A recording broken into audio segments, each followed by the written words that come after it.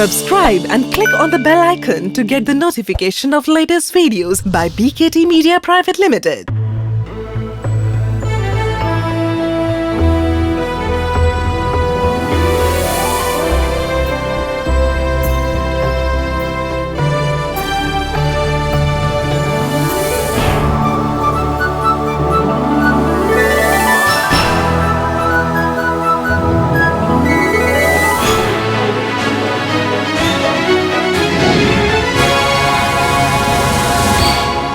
Big Business Ideas. कर्म की भूमि पर फल के लिए श्रम सबको करना पड़ता है। रब सिर्फ लकीर देता है, रंग हमको भरना पड़ता है। और आपके व्यवसाय की लकीरों में नित नए रंग भरने के लिए एक बार फिर से शिल्पा भावना आ गई है आपका चहेता कार्यक्रम लेकर, big business ideas powered by Tap Fox beyond socialising.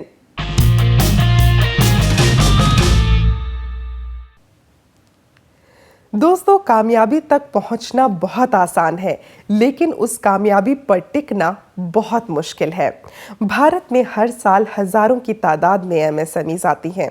कुछ कामयाब भी होती हैं, लेकिन जो कामयाब एमएसएमईज होती हैं वो कैसे अपनी ग्रेडिंग को स्मॉल से मीडियम और मीडियम से लार्ज तक पहुंचा सकती हैं, ये बताने के लिए हमेशा की तरह हमारे स्टूडियो में आ रहे हैं the business author, the philanthropist and the big business expert mister Sunil Kumar Gupta. नमस्कार सर, बहुत बहुत स्वागत है आपका। Please have a seat. Thank you.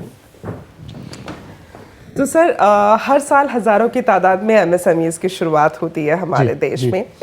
आज हम लोग जो जानना चाहते हैं, बेसिकली सबके मन में यही सवाल है कि शुरुआत तो कर दी, बिजनेस भी अब अच्छा चल रहा है, लेकिन अब उस बिजनेस को सस्टेन कैसे किया जाए? बहुत इम्पॉर्टेंट है कि जब आप कोई बिजनेस इस्टेब्लिश कर लेते हैं तो वो सस्टेन होना चाहिए।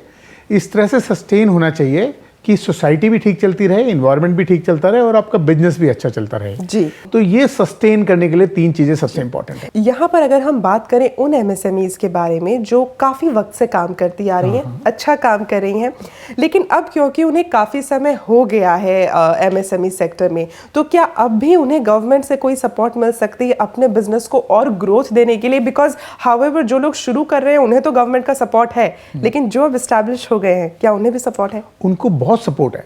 गवर्नमेंट की एक बहुत अच्छी स्कीम है जो टेक्नोलॉजी अपग्रेडेशन की स्कीम है। अच्छा। हाँ, जिसमें कि पहले प्रोजेक्ट कॉस्ट कुल 40 लाख थी, अब बढ़ा के 1 करोड़ तक कर दी गई है और उसमें गवर्नमेंट सब्सिडी देती है।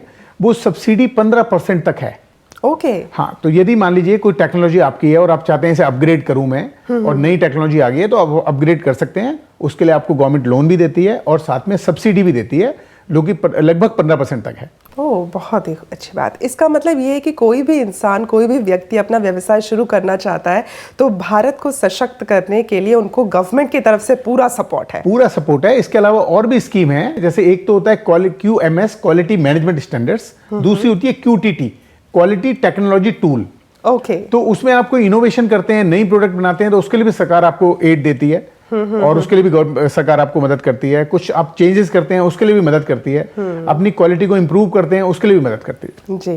तो क्योंकि हम लोग अभी बात कर रहे हैं कि किस तरह से जो छोटी एमएसएमईज हैं वो कुछ नया करके भारत की दृढ़ता में अपना सहयोग दे रही हैं, तो मैं चाहूंगी कि आज के हमारे जो मेहमान हैं उन्हें भी हम लोग बुला लें, क्योंकि वो भी कुछ ऐसा ही कर रहे हैं। बहुत जरूर, बहुत बढ़िया। तो आप दर्शकों को हम जरूर बताना चाहेंगे कि अब जो मेहमान यहाँ हमारे साथ स्टूडियो में आने वाले हैं वो पिछले 15 सालों से एमएसएमई सेक्टर में काम कर रहे हैं, लगातार इंडस्ट्री लगा रहे हैं और उस इंडस्ट्री को लगाकर हमारे देश को सुदृढ़ बनाने में पूरी मदद कर रहे हैं। Yes, we are gonna have with us the director of PM Impex private limited, Shri Mahesh Agarwal. नमस्कार सर। नमस्कार जी। बहुत बहुत स्वागत है आपका, बहुत अच्छा लग रहा है आपको यहाँ देखकर। Please have a seat. तो सर, 15 साल हो गए आपको काम करते हुए जब आपने शुरुआत की थी। आज आप जब 15 साल पीछे देखते हैं उस दिन को जब आपने शुरू किया था, क्या पाते हैं? 15 साल तो याद भी नहीं आते जी। 15 साल इसलिए याद नहीं आते, तो लगता है कि मैंने ना बहुत बड़ा एम्पायर इन बच्चों की वजह से, इन वर्कर्स की वजह से, सबका एक रोल है। सबका एक रोल है तरक्की में। मेरी तरक्की में रोल, मेरा अपना पर्सनल कोई रोल नहीं है। एक दिन मैं किसी फैक्ट्री में गया था तो उन्होंने देखा मालिक सब लंच कर रहे थे उसके वर्कर्स के साथ बैठ के। तो मैंने बोला ऐसे क्यों, कहते वर्कर थोड़ी मेरे बच्चे हैं। तो मैंने उसको चेंज किया, फिर मैंने भी अपने यहाँ लाना लंच करते हैं। मेरा बच्चा आज लंच नहीं लाता अपने घर से, क्यों, सुबह लेट हो जाता है, सुबह उठने में उसको लेट हो जाता है, उसको परेशानी होती है। तो मैंने बोला लंच हमारे यहाँ करेंगे। अरे वेरी नाइस। आपने जब शुरू किया कितना पैसा था आपके पास या कितना और चाहिए था, किस तरह से मैनेज किया? पैसे तो व्यापार में हमेशा शॉर्ट होते हैं, पर मैंने टेक्निकल कोई भी एक आदमी जैसे सीए, चार्टर्ड अकाउंटेंट, लोग उसको अवॉइड कर देते हैं, मैंने उनको अवॉइड नहीं किया। उन्होंने मुझसे कहा कि मैं 5,000 रुपये फीस लूंगा, तो मैंने उनको 5,000 फीस दिया, पर उन्होंने मुझे 50,000 रुपये का फायदा करा के दिया। मैंने उनको इसलिए दिया है फीस, मैंने उनको दिया है, वो टेक्निकल, वो भी तो ब्रेन लगा के बैठे हैं। बिल्कुल। वो मेरे बैंक में गए, मेरे बैंक से बोला साहब मेरा इतना काम है, इतना बिजनेस है, और आप मुझे लोन दे, तो बैंक दे दिया जी। और इस तरह की बातें जरूर करनी चाहिए, हम इसको अवॉइड कर देते हैं। अवॉइड सर, आपको लगता है कि ये चीज़ें जो अवॉइड होती हैं कहीं ना कहीं गलत हो जाता है? एक एमएसएमई के लिए खास तौर पे they have to hire a professional, चाहे हम सीए की बात करें या हम लीगल जो एडवाइजर्स हैं उनकी बात करें, आपको लगता है इट इज़ वेरी इंपॉर्टेंट? बिल्कुल, बहुत इंपॉर्टेंट है ये देख के नेचर की, आपकी एमएसएमई की नेचर क्या है, आप एग्जैक्टली क्या काम करते हैं। तो उसमें जब भी आपको कोई भी टेक्निकल या प्रोफेशनल मदद की जरूरत हो, आपको जरूर लेनी चाहिए। जी। सर, जब आपने शुरू किया था, जैसे आप बता रहे हैं आपने लोगों की मदद भी ली, प्रोफेशनल्स की मदद ली, सही पाथ पर आप आगे चलते गए, लेकिन कहीं ना कहीं जब हम बात करें कि एक इतना बड़ा काम शुरू करने की बात होती है, इंडस्ट्री शुरू करने की बात होती है, तो बहुत सारे चैलेंजेस आते हैं।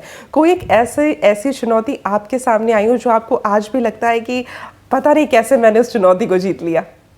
हाँ, बात आपकी बिल्कुल ठीक है, पर चुनौती जो है ना जी, वो आपको और सिखाती है। बिल्कुल। चुनौती जो है ना आपको नया रास्ता दिखाती है। आज भगवान की दया से मेरे जो वर्कर्स हैं ना, उसने अपनी इंडस्ट्री लगाई है और मेरे को आइटम सप्लाई करते हैं। वाह।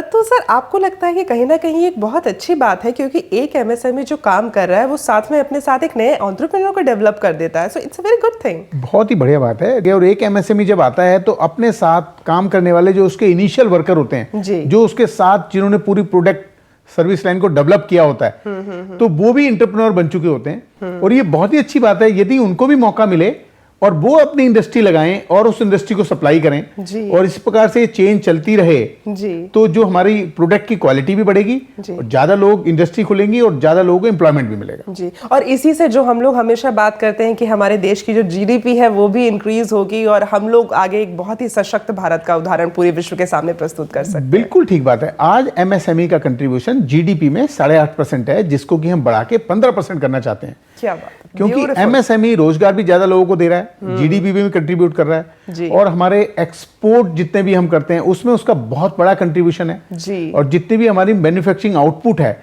उसमें उसका बहुत बड़ा कंट्रीब्यूशन है। बिल्कुल। तो ये सब कंट्रीब्यूशन और आगे तभी बढ़ता जाएगा जबकि हम इसी प्रकार से एमएसएमई जो होती है वो एंटरप्रेन्योर भी डेवलप करें। क्योंकि एंटरप्रेन्योर की फॉर्मल ट्रेनिंग हमारे देश में बहुत कम है, लेकिन जैसे हम स्किल डेवलपमेंट पे जोर देते हैं, एंटरप्रेन्योर डेवलपमेंट पे जोर नहीं देते। हमें स्किल डेवलपमेंट के साथ साथ एंटरप्रेन्योर डेवलपमेंट जो है वो बहुत जरूरी है। और ये अगर इस तरह से हो कि एक जो इंडस्ट्री चली उस इंडस्ट्री में से नए एंटरप्रेन्योर निकलें और वो इंडस्ट्री लगाएं, तो ये एक बहुत अच्छी इक्वेशन है कंट्री के लिए भी और इंडस्ट्री के लिए भी। बिल्कुल। और ये हमारी बात वहीं पर रिलेट करती है जो आपने अभी स्टार्टिंग में बात की थी, बिजनेस सस्टेनेबिलिटी की। तो वहां पर जब हम लोग अपने एम्प्लॉयज का ध्यान रखते हैं, जैसे कि अग्रवाल साहब ऑलरेडी रख रहे हैं, तो ऐसे हमारा जो पूरा बिजनेस है वो बहुत ज्यादा ग्रोथ करता है और वो सस्टेन होता है, चाहे 15 साल हो जाए चाहे 20 साल हो जाए। बिल्कुल ठीक बात। हमारे पास कुछ खास है, आप लोगों को दिखाना चाहेंगे, प्लीज आप लोग। मैं यहाँ 15 साल से जॉब कर रहा हूँ। यहाँ पे आने के बाद हमारे जिस तरह पहले हमारे बच्चे वगैरह थोड़ा सा, आज बच्चे की पढ़ाई लिखाई जितना भी खर्चे हैं सब कंपनी दे रही है। प्लस पहले मैं बाइक पे चलता था, आज मुझे कार दे दिया गया है। पहले सैलरी मेरा 15,000 रुपये था, आज मुझे 70,000 है। तो मैं यहाँ के काम से बहुत खुश हूँ। ये आपके यहाँ काम करते हैं? मेरे बच्चे हैं और मेरे यहाँ काम नहीं करते, शायद मैं इनके यहाँ काम करता हूँ। क्या बात है। शायद मैं इनके यहाँ काम करता हूँ और इन्होंने, ये वर्कर नहीं है, ये नई नई चीजें रोज दिमाग में लाते हैं और ये कहते हैं बहुत ये कर लेते हैं, बहुत ये कर लेते हैं, और इनकी सोच के, इनकी सुन के मैं उसी से इंडस्ट्री बढ़ाया जा रहा हूँ। उससे मेरे हैंड्स बढ़ गए। बिल्कुल बिल्कुल, और वही बात जो हम लोग करते हैं कि हमारे देश में हैंड्स को इन्वॉल्व करना जरूरी है और वो यहाँ पर सॉल्व हो रहा है। बिल्कुल ठीक बात। फिलहाल ले रहे हैं हम एक छोटा सा ब्रेक, लेकिन ब्रेक के बाद हम आपको ये बताएंगे कि जो हमारी MSMEs ऑलरेडी इस्टेब्लिश हो गई हैं, अगर उन्हें फाइनेंस की ज़रूरत है तो कहाँ से मिल सकता है वो और फाइनेंस। देखते रहिए हमारे साथ बिग बिजनेस आइडियाज़।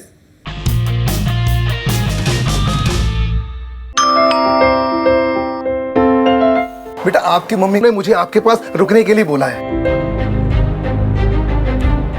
जब भी घर पे अकेले रहोगे, कोई भी आए दरवाजा बिल्कुल मत खोलना। हेलो मम्मा, क्या आपने आपकी सतर्कता बेटे के जीवन का वरदान है। खुद संभलें और अपनों को संभालें। Delhi police, Delhi police. Break के बाद एक बार फिर से स्वागत है आपका। आप देख रहे हैं big business ideas. Sir, break पे जाने से पहले हम बात कर रहे थे कि जो हमारे MSME सेक्टर हैं ऑलरेडी इस्टेब्लिश हो गए हैं, अच्छा काम कर रहे हैं। शुरुआती दौर में भले ही उन्होंने पूंजी की मदद ली हो, जैसा कि आप हमेशा बताते हैं, फंडिंग ऑप्शन बैंक से भी अवेलेबल है और अपनी सेविंग्स भी होती हैं, लेकिन इस्टेब्लिशमेंट के बाद अगर वो अपने बिजनेस को और एक्सपैंड करना चाहते हैं और ग्रोथ देना चाहते हैं तो उन्हें क्या कोई लोन मिल सकता है या फिर वो फाइनेंस और कहाँ से आ सकता है? देखिए, जब इस्टेब्लिश MSME होती है तो उसका बैंक में एक ट्रैक रिकॉर्ड होता है। हाँ। तो जिस भी बैंक से वो बैंकिंग कर रहा है, एक तो वो बैंक उसे जरूर लोन देता है। हमारे देश में जितने भी नेशनलाइज बैंक हैं और प्राइवेट बैंक हैं, उन सब की MSME के लिए अलग से स्कीमें हैं। उसके अलावा मिनिस्ट्री की एक स्कीम और है जिसके तहत 1 करोड़ तक का लोन बिगर कोलेटरल सिक्योरिटी के मिलता है। ओके। तो उसमें भी ये लोग अप्लाई कर सकते हैं कि यदि इन्हें दोबारा फर्दर लोन चाहिए, कोई और प्लांट मशीन लेना चाहते हैं, उसको अपग्रेड करना चाहते हैं, जी बिल्कुल, तो इस तरह से उनको लोन मिलता है। लोन में कोई दिक्कत नहीं है। जी। आपसे अगर हम अग्रवाल साहब बात करें, आपकी इंडस्ट्री की अगर मैं बात करूं तो आप पहले क्या करते थे और अभी आपने कौन सी टेक्नोलॉजी का इस्तेमाल करके आगे बढ़े हैं?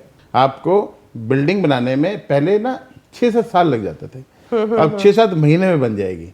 ओह, हाँ, यूरोप की टेक्नोलॉजी से मैंने यूरोप में जाके देखा और ऐसे ऐसे लोग करते हैं। मैं चाइना भी गया, मैं सब जगह गया और मैंने सब देखा और मैंने अपने उसको अपने इस्तेमाल कर अडॉप्ट किया, विच इज़ वेरी इंपॉर्टेंट कि आप कहीं पे जाते हैं, कुछ नई टेक्नोलॉजी देखते हैं तो आप अपने आप को भी उसके अकॉर्डिंग जो है अपग्रेड लोग करें। एग्जीबिशन नहीं जाते, एग्जीबिशन में जाना चाहिए, एग्जीबिशन में जरूर जाना चाहिए। दूसरी बात, बैंक तो आपके साथ सारी जिंदगी रहेगा जी। बैंक तो आप पता क्या चाहता है, बैंक अगर 10 रुपए लिए थे और उसने देखा 9 रुपए रखे हुए हैं, 9 रुपए कर देता तो आपको 10 रुपए के 100 रुपए 1 मिनट में दे देगा जी।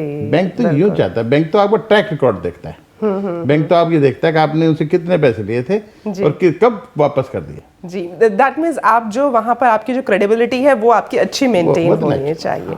सर, जब हम क्रेडिबिलिटी मेंटेन करने की बात करते हैं तो ये किसी भी MSME सेक्टर के लिए बहुत ज़्यादा इम्पॉर्टेंट हो जाता है। How to maintain that credibility और उसको और अच्छा कैसे बनाया जा सकता है? उसमें बिल्कुल बेसिक चीज़ों पे ध्यान देना होता है कि आपने जो भी लोन लिया है उसकी टर्म्स कंडीशन आपको अच्छी तरह पता होनी चाहिए। और लोन लेते हुए जब आप अप्लाई करते हैं तब भी आपको ध्यान रखना चाहिए कि जब मैं अप्लाई कर रहा हूँ उसमें मैं अपनी पूरी बात रखूँ कि मैं जो इंडस्ट्री लगा रहा हूँ इसमें मेरे को 6 महीने, 8 महीने या 1 साल या 2 साल तो बनाने, इस्टेब्लिश करने में लगेगा। या मान लीजिए कुछ और लाइन ऐड करना चाहता हूँ एग्जिस्टिंग बिजनेस में, तो उसको इस्टेब्लिश करने में मेरे को इतना समय लगेगा। तो उस समय तक क्या मैं सिर्फ ब्याज की पेमेंट कर पाऊंगा और उसके बाद रीपेमेंट शुरू करूंगा मैं 1 साल बाद, 2 साल बाद या 3 साल बाद? तो वो जो टर्म्स कंडीशन है वो आप जब लोन अप्लाई करते हैं जब भी आपको ध्यान रखनी है, और जब आपको लोन मिल जाता है तब उनको पूरी तरह एडहेयर करना है। आपने ध्यान रखना है कि जो भी उसमें लिखा है इंस्टॉलमेंट आपकी उसी डेट पे या उससे पहले जानी जरूरी है। जो भी आपकी ब्याज की देनदारी है वो जो डेट फिक्स है आपकी, उसमें आपको उससे पहले या उस दिन देनी जरूरी है। अगर ये ट्रैक रिकॉर्ड आप रखते हैं तो आपकी क्रेडिट रेटिंग अपने आप बढ़ जाती है। और क्रेडिट रेटिंग के लिए हमारी बहुत सारी एजेंसीज हैं जो आपका ट्रैक रिकॉर्ड देख के आपको रेटिंग देती हैं। उस रेटिंग के बाद आपको सस्ता ब्याज पे पैसा मिलता है बैंक से और अच्छे टर्म्स कंडीशन पे मिलता है।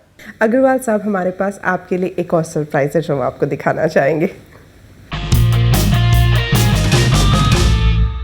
ये बिज़नेस हमने 2008 से स्टार्ट किया और हमने सबसे पहले सिविल का काम करते थे डैड ने फिर स्टार्ट करी इंडस्ट्रीज़ बनाना। इंडस्ट्रीज़ में जितना लैंड एरिया ज़्यादा चाहिए होता है, फार्मर्स लैंड होती है, एरिया ज़्यादा कवर करना होता है, जल्दी कवर करना होता है, जिसमें कि एक साइड सिविल चलता रहे, एक साइड उसकी रूफिंग शेड फैब्रिकेशन होती रहे।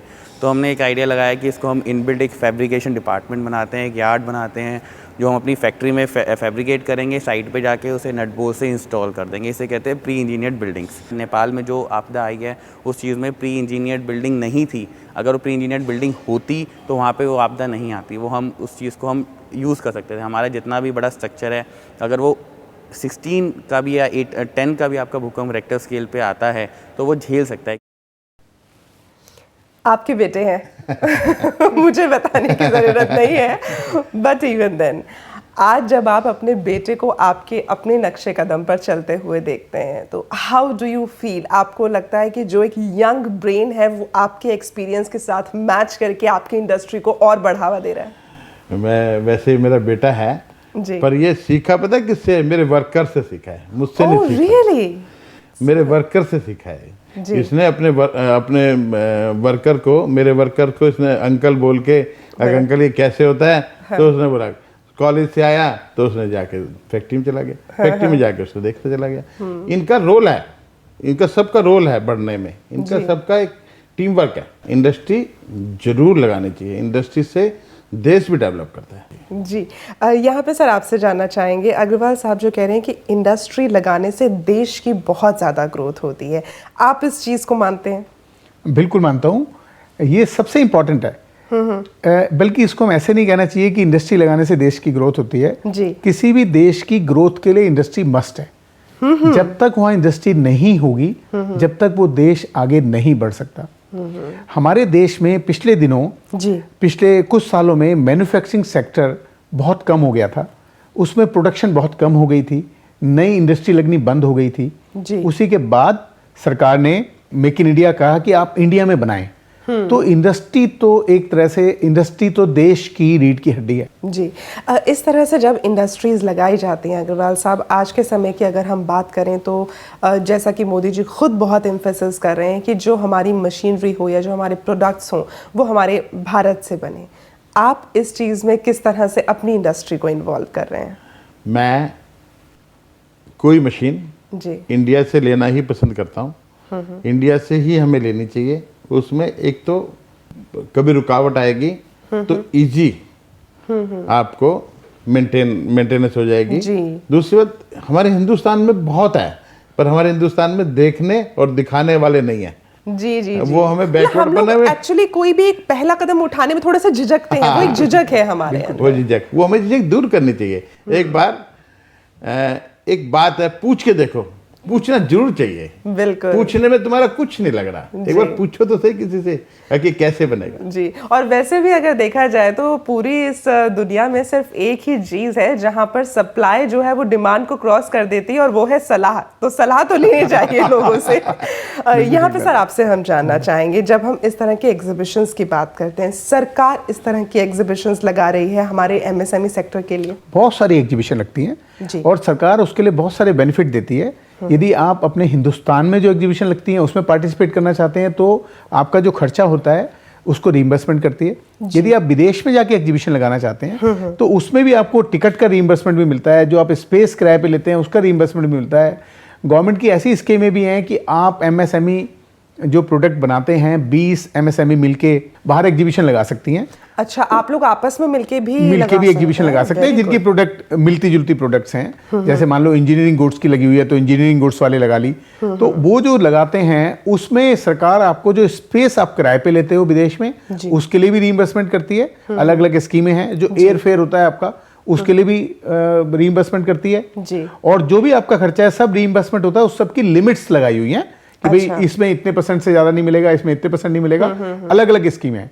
तो जब भी आपको इनोवेशन करते हैं तो उसको आपको लोगों को बताना पड़ेगा कि मैंने ये इनोवेशन की है। तो उसके लिए एग्जीबिशन एक ऐसा जरिया है जिसमें सब लोग देखने भी इनोवेशन आते हैं कि कौन सी नई प्रोडक्ट आई, जी। तो इसी प्रकार से जो इंडस्ट्री लगाने वाले हैं उनके लिए भी बहुत महत्वपूर्ण है जी। और कंज्यूमर के लिए तो महत्वपूर्ण है ही है जी। तो दोनों के लिए बहुत ज़्यादा इम्पोर्टेंट हो जाता है ये। यहाँ पे सर अगर हम सरकार की कुछ ऐसी स्कीम्स की बात करें जो इस्टेब्लिश्ड एमएसएमईज को और ज़्यादा बूस्ट कर सकती हैं, ऐसी कुछ स्कीम्स हैं जिनके बारे में आप बताना चाहेंगे? नहीं, हर चीज़ के अलग अलग स्कीम है। जो स्टैब्लिश एमएसएमई है, जैसे टेक्नोलॉजी अपग्रेड करना चाहते हैं तो अलग स्कीम है, अपनी क्वालिटी मेंटेन करना चाहते हैं तो अलग स्कीम है, और एक और इम्पॉर्टेंट है आईपीआर की। जो स्टैब्लिश इंडस्ट्री होती है उसको आईपीआर की बहुत जरूरत है, उसको अपना ट्रेडमार्क जरूर रजिस्टर्ड कराना चाहिए जी। उसको अपनी टैगलाइन यदि कोई हो तो उसको जरूर रजिस्टर्ड कराना चाहिए। और एक बहुत इंपॉर्टेंट है पेटेंट। यदि आपने कोई नई प्रोडक्ट बनाई है जी, आपने कोई नया इनोवेशन किया है और आपने कोई नए प्रोसेस से किया है, तो इसका आप इनोवेशन, ये जो आपकी इनोवेशन प्रोडक्ट या प्रोसेस है, इसका पेटेंट करा सकते हैं। इसके पेटेंट को कराने में जो आपका खर्चा होता है वो सरकार रीइंबर्स करती है। क्या बात है? जैसे कि यदि आप इंडिया में कराएंगे तो आपको 25,000 रुपए की वो मिलती है रीइंबर्समेंट, इंटरनेशनली कराते हैं तो आपको 2 लाख रुपए तक का रीइंबर्समेंट मिलता है। यदि आज हम एस्टेब्लिश इंडस्ट्री की बात कर रहे हैं, एस्टेब्लिश एमएसएमई की बात कर रहे हैं, तो उनको आईपीआर का जरूर ध्यान रखना चाहिए। ऐसे ही रिसर्च एंड डेवलपमेंट के लिए भी मिलता है। यदि आप अपनी प्रोडक्ट में रिसर्च और करना चाहते हैं तो उसके लिए भी गवर्नमेंट की स्कीम है कि आप कैसे रिसर्च करके उसे नई इनोवेटिव प्रोडक्ट बना सकें। आपने अपना ट्रेडमार्क करवाया है अग्रवाल साहब। देखिए साहब से भी मुझे पता चला है, मैं जरूर कराऊंगा, पर अभी ना मेरा प्रोडक्ट इतना बिक रहा है, अभी मेरे को जरूरत ही नहीं है अभी तो। अब क्योंकि आपका प्रोडक्ट बिक रहा है तो आपको ज्यादा जरूरत है। हाँ, यही मैं कहने वाला था। ये एक्चुअली हमारे देश में परसेप्शन क्या है कि जो एमएसएमई सेक्टर होता है वो, क्योंकि एक व्यक्ति उसे चला रहा होता है, एमएसएमई छोटा सेक्टर है, तो वो सिर्फ एक बात देखता है कि मेरी प्रोडक्ट अच्छी तरह बनती रहे और अच्छी तरह बिकती रहे। लेकिन जो टेक्निकल चीजें आईपीआर की, उसका ख्याल जरूर रखना चाहिए, क्योंकि कोई भी आपकी कॉपी करता है यदि, तो उससे नुकसान देश का होता है। कैसे नुकसान देश का होता है कि वो आपकी कॉपी करके कुछ सस्ता निकाल देता है, तो वो सस्ते में वो बात नहीं होती प्रोडक्ट में, तो आपकी भी फेल हो जाती है प्रोडक्ट, वो तो फेल है ही है। बिल्कुल। तो अग्रवाल साहब, आज जब आप बिग बिजनेस आइडिया से जाएंगे तो आपका सबसे पहला काम यही है कि आपको अपना प्रोडक्ट, आपका जो अपनी सर्विस है, प्रोसेस है, आपने उसे ट्रेडमार्क जरूर करवाना है। आपकी बात बिल्कुल ठीक है। यहाँ पे आके कुछ मुझे मिला है तो मैं उसका जरूर इस्तेमाल करूंगा। और दोस्तों, फिलहाल हम लोग ले रहे हैं एक छोटा सा ब्रेक, लेकिन ब्रेक के बाद जल्दी से लौट कर आइए, क्योंकि हम लोग देने वाले हैं उन सवालों के जवाब जो आपने ईमेल के माध्यम से हम तक पहुंचाए हैं। तो देखते रहिए हमारे साथ बिग बिजनेस आइडियाज।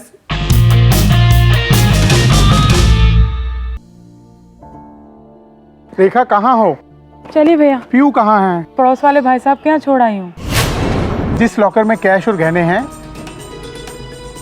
भला मैं अपना कीमती सामान पड़ोसी के यहाँ कैसे छोड़ सकती हूँ? जब आप अपना कीमती सामान पड़ोसी के यहाँ नहीं छोड़ सकते तो बिटिया को पड़ोसी के पास कैसे छोड़ दिया?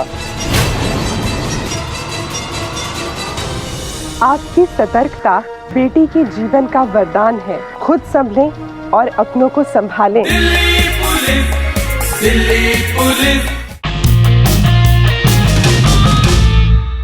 एक बार फिर से स्वागत है आपका। आप देख रहे हैं big business ideas powered by Tap Fox. Sir, आपको मैं ज़रूर बताना चाहूँगी कि हमारे दर्शकों का बहुत सारा प्यार हम तक पहुँच रहा है। हर दिन बहुत सारे ईमेल्स आते हैं, बहुत सारे सवाल आते हैं। हमने कुछ सवालों को जो कि लगभग कॉमन थे उन मेल्स में, उन्हें हमने शामिल किया है। तो पहला सवाल आपके सामने है। पुणे से बगाड़े जी पूछ रहे हैं। इनका कहना है कि जैसे हमने एक एपिसोड में पहले भी डिस्कस किया था कि क्रेडिट रेटिंग के फ़ायदे बहुत हैं, हम आज भी ये डिस्कस कर रहे थे। तो ये क्रेडिट रेटिंग जिसके फ़ायदे बहुत हैं, क्या ये क्रेडिट रेटिंग लेना और एमएसएमई रजिस्ट्रेशन करवाना मैंडेटरी है? एमएसएमई रजिस्ट्रेशन मैंडेटरी है, क्योंकि अगर आपने रजिस्ट्रेशन कराया है तभी आपको वो सारे बेनिफिट मिलते हैं जो सरकार देती है, चाहे वो लोन के हैं, चाहे वो सब्सिडी के हैं, चाहे वो और हैं जी। लेकिन क्रेडिट रेटिंग कराना मैंडेटरी कहीं नहीं है। लेकिन वो जो आपका प्रोसेस होता है, जो आप काम कर रहे होते हैं, उसके हिसाब से आपकी एक रेटिंग बन जाती है। यदि आप उसे ऑब्टेन अच्छा बनाते रहते हैं और उसे ऑब्टेन करते हैं तो आपको उसके बहुत बेनिफिट मिलते हैं। तो इसीलिए एक ही क्रेडिट रेटिंग लेना चाहिए, बट मैंडेटरी नहीं है। जी। अगला सवाल हमारे पास है। कानपुर से राम चतुर्वेदी जी हैं और ये जानना चाहते हैं कि इन्हें अपने व्यवसाय के लिए स्किल्ड वर्कर कैसे मिल सकता है? MSMEnaukri.com, इसमें जो लोग, जो एम्प्लॉय या जो नवयुवक जॉब लेना चाहते हैं वो अपना रजिस्ट्रेशन कराते हैं, और जो एम्प्लॉयर एम्प्लॉय को रखना चाहते हैं वो भी अपना रजिस्ट्रेशन कराते हैं। तो ये ऐसा प्लेटफॉर्म है जहाँ दोनों होते हैं, एम्प्लॉय का डाटा भी होता है, एम्प्लॉयर को क्या चाहिए वो डाटा भी होता है। तो वहाँ पर ये अपना रजिस्ट्रेशन करा के वहाँ से एम्प्लॉय ले सकते हैं। और कुछ ट्रेड एसोसिएशंस भी होती हैं, जो इनकी ट्रेड एसोसिएशन होगी जिसमें भी ये काम करते हैं, वो भी ऐसा डाटा मेंटेन करती हैं, क्योंकि वो ट्रेनिंग भी देते हैं, वो उनको ट्रेनिंग भी दे रहे होते हैं और फिर उनको एम्प्लॉयमेंट के लिए भी बात करते हैं। तो जो इनको एम्प्लॉय चाहिए जिस स्किल सेट का, तो उसके जो ट्रेनिंग इंस्टीट्यूशंस हैं उनसे ये मांग सकते हैं, या वहां जाके इंटरव्यू ले सकते हैं कि भाई मेरे को डायरेक्ट ये एम्प्लॉय चाहिए, तो वहाँ सीधे जाएं और वहाँ से भी मिल जाएंगे। ये अगला सवाल हमारे पास है, बिहार गया से चौबे जी अपना सवाल पूछ रहे हैं। आप कहते हैं कि इनकी एक ट्रेडिशनल इंडस्ट्री है, लेकिन अब ये अपनी इस ट्रेडिशनल इंडस्ट्री को पूरे भारत में पहुँचाना चाहते हैं, तो क्या कर सकते हैं उसके लिए? देखिए, ट्रेडिशनल इंडस्ट्री से मैं समझा कि ये कुछ बनाते हैं जो कि इनके ट्रेडिशनली इनकी फैमिली बनाती आ रही है। तो यदि उसे पूरे संसार में पहुंचाना चाहते हैं तो उसके लिए भी गवर्नमेंट ने एक प्लेटफॉर्म दिया हुआ है जिसका वेबसाइट का नाम है msmemart.com। उसमें ये अपनी प्रोडक्ट को रख सकते हैं, उसकी क्या खूबियां हैं उसको रख सकते हैं, उसका पूरा संसार देखता है। अगला सवाल हमारे पास है, चंडीगढ़ पंजाब से सरबजोत सिंह जी हैं। ये कहते हैं कि ये एक फूड प्रोसेसिंग का बिजनेस शुरू करना चाहते हैं, तो उसके लिए इन्हें अप्रूवल्स कहाँ से मिलेंगे? उसके लिए एक अथॉरिटी है गवर्नमेंट ऑफ इंडिया की, food safety and standard authority of India, वहां से इनको लाइसेंस लेना पड़ेगा। सर, ये अगला सवाल हमारे पास है, मुख्तियार अब्बास फैज़ाबाद उत्तर प्रदेश से हमसे सवाल पूछ रहे हैं। आप कहते हैं कि आपकी प्रोजेक्ट कॉस्ट 75 लाख है, बट ये बैंक से लोन लेना चाहते हैं, बट इनके पास कोई कोलेटरल सिक्योरिटी नहीं है।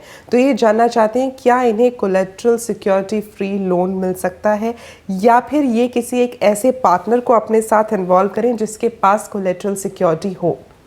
नहीं, देखिए, अगर इनका प्रोजेक्ट अच्छा है और गवर्नमेंट की एमएसएमई मिनिस्ट्री की एक स्कीम है जो हम बार बार बताते हैं, क्रेडिट गारंटी फंड ट्रस्ट है for micro small and medium industry के लिए। इसमें 1 करोड़ रुपए तक का लोन कोलेटरल फ्री मिलता है, जिसमें कोई कोलेटरल सिक्योरिटी नहीं देनी पड़ती आपको। Very nice. तो बिल्कुल जरूर मिलेगा इन्हें। जी।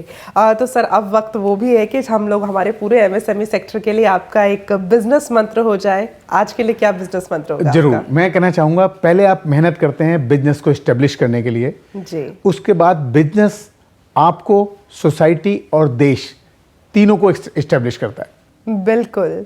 और वैसे भी जब हम पहले अपने बिजनेस के लिए काम करते हैं तो फिर बिजनेस हमारे लिए ज़रूर काम करता है। It's a Newton's law. तो बहुत ही अच्छा लगा सर, आपने बहुत अच्छा बिजनेस मंत्र आज हमारे पूरे सेक्टर के साथ बांटा। सर, जाने से पहले आपके लिए मेरे पास 3 सवाल हैं, जिसे मैं कहती हूँ एक शिल्पा भावना स्पेशल हमारे पास ये राउंड है। तो मैं आपसे 3 सवाल पूछूंगी, आपको कुछ ऑप्शंस दूंगी, आपको उसमें से चुनना है। आपको क्या लगता है कि बिजनेस शुरू करने के लिए सबसे ज़्यादा इंपॉर्टेंट चीज़ क्या होती है जो आपने फील की while starting your business in MSME sector? ज्ञान, जुनून या पैसा? हौसला, जुनून। जुनून सबसे ज़्यादा ज़रूरी। बिजनेस चलाने के लिए सबसे ज़्यादा क्या ज़रूरी है? नई टेक्नोलॉजी को अपनाना, वर्कर्स का ख्याल रखना, या फिर सरकारी सहायता लेना? एक ही जवाब है इसका, सरकारी सहायता लेना और वर्कर्स का ख्याल रखना। मतलब, लेकिन आपने ऑप्शन तीनों में से एक नहीं चुना अभी। मेरे ख्याल से तीनों जरूरी है। तीनों जरूरी है। आखिरी सवाल आपके पास है, जिसका जवाब मुझे लगता है आप बाकायदा जरूर बताएंगे हमें। आज आप बिग बिजनेस आइडिया से जाने के बाद क्या चीज करने वाले हैं अपने बिजनेस के लिए? टेक्नोलॉजी अपग्रेड करने वाले हैं, क्रेडिट रेटिंग अपनी और अच्छी करने वाले हैं, या फिर आप ट्रेडमार्क लेने वाले हैं? ट्रेडमार्क तो मैं जरूर कराऊंगा, कि मेरे दिमाग में कुछ यहाँ सीख के जाऊंगा, जरूर कुछ ना कुछ करूंगा। चलिए, बहुत अच्छा लगा सर आज आप यहाँ पर आए, और आपका जो एक्सपीरियंस था, जो आपका अनुभव था, उससे मुझे लगता है हमारे एमएसएमई सेक्टर को भी बहुत इंस्पिरेशन मिला होगा to make it big in this sector. छोटा सा गुडी बैग है आपके लिए, आज आप यहाँ पर आए हैं। Thank you so much for coming here sir, thanks a lot.